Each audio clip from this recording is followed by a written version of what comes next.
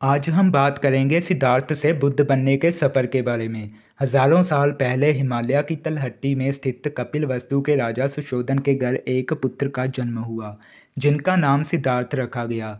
सिद्धार्थ के पास दुनिया का हर आराम था, बड़े बड़े महल, सुंदर पत्नी यशोधरा और एक प्यारा बेटा राहुल। लेकिन उनका मन इन सब ऐशो आराम में नहीं लगा। एक दिन महल के बाहर निकलते ही उन्होंने चार ऐसी चीज़ें देखी जिन्होंने उनकी ज़िंदगी का रास्ता हमेशा के लिए ही बदल दिया।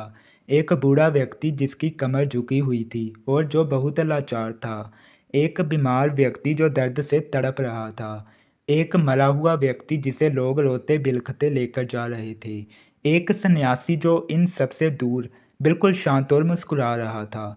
सिद्धार्थ समझ गए कि इस संसार में दुख है और सुख केवल छलावा है। उन्होंने 29 साल की उम्र में अपनी पत्नी और बच्चे को छोड़ दिया और सच की खोज में निकल पड़े। कई सालों की कठिन तपस्या और भटकने के बाद बिहार के बोधगया में एक बोधि पेड़ जो कि पीपल का है के नीचे उन्हें ज्ञान मिला। उस दिन से उन्हें बुद्ध, जिससे परम ज्ञान प्राप्त हो, कहा गया। बुद्ध ने कोई कठिन धार्मिक नियम नहीं बनाए, बल्कि जीवन जीने का एक सीधा और सच्चा रास्ता दिखाया। उनकी विचारधारा मुख्य रूप से इन बातों पर टिकी है। संसार में हर जगह दुख, उदासी और कष्ट है। दुख की असली वजह हमारी अनंत इच्छाएं और चीज़ों से बहुत ज़्यादा लगाव है।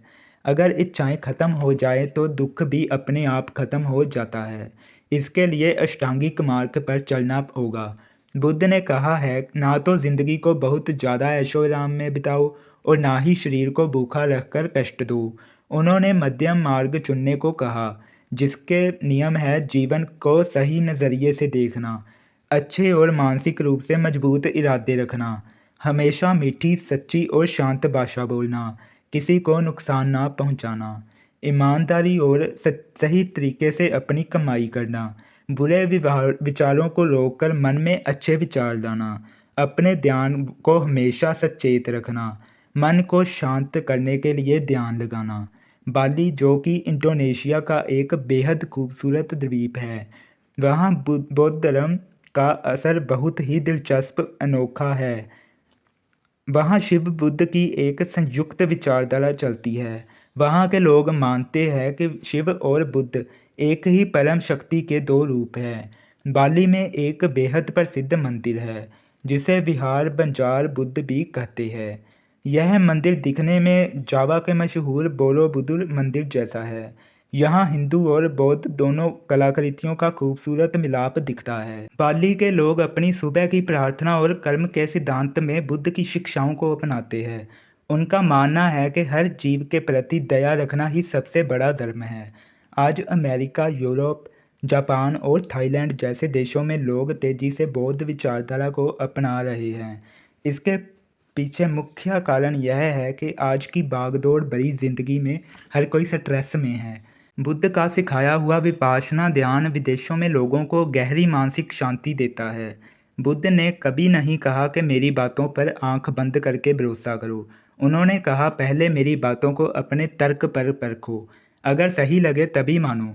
यह वैज्ञानिक सोच विदेशियों को बहुत आकर्षित करती है। इनकी विचारधारा सिखाती है कि पेड़ पौधों और जानवरों को नुकसान कभी मत पहुंचाओ। इसलिए आज के पर्यावरण प्रेमी इनसे बहुत जुड़ते हैं। महात्मा बुद्ध की विचारधारा किसी एक मजहब तक सीमित नहीं है, यह एक जीवन की किताब है। चाहे आप बाली में हो, भारत में हो या किसी पश्चिमी देश में, अगर आपका मन शांत है, आप सबके प्रति दया रखते हैं और लालच से दूर रहते हैं, तो आप बुद्ध के रास्ते पर ही चल रहे हैं। बुद्ध ने महापरिनिर्वाण मृत्यु से पहले आखिरी शब्द कहे थे, अप दीपो भव, यानी अपना दीपक खुद बनो, अपना रास्ता खुद ढूंढो। ऐसी और भी वीडियोस के लिए चैनल को सब्सक्राइब कर लेना। तब तक के लिए टेक केयर, बाय बाय।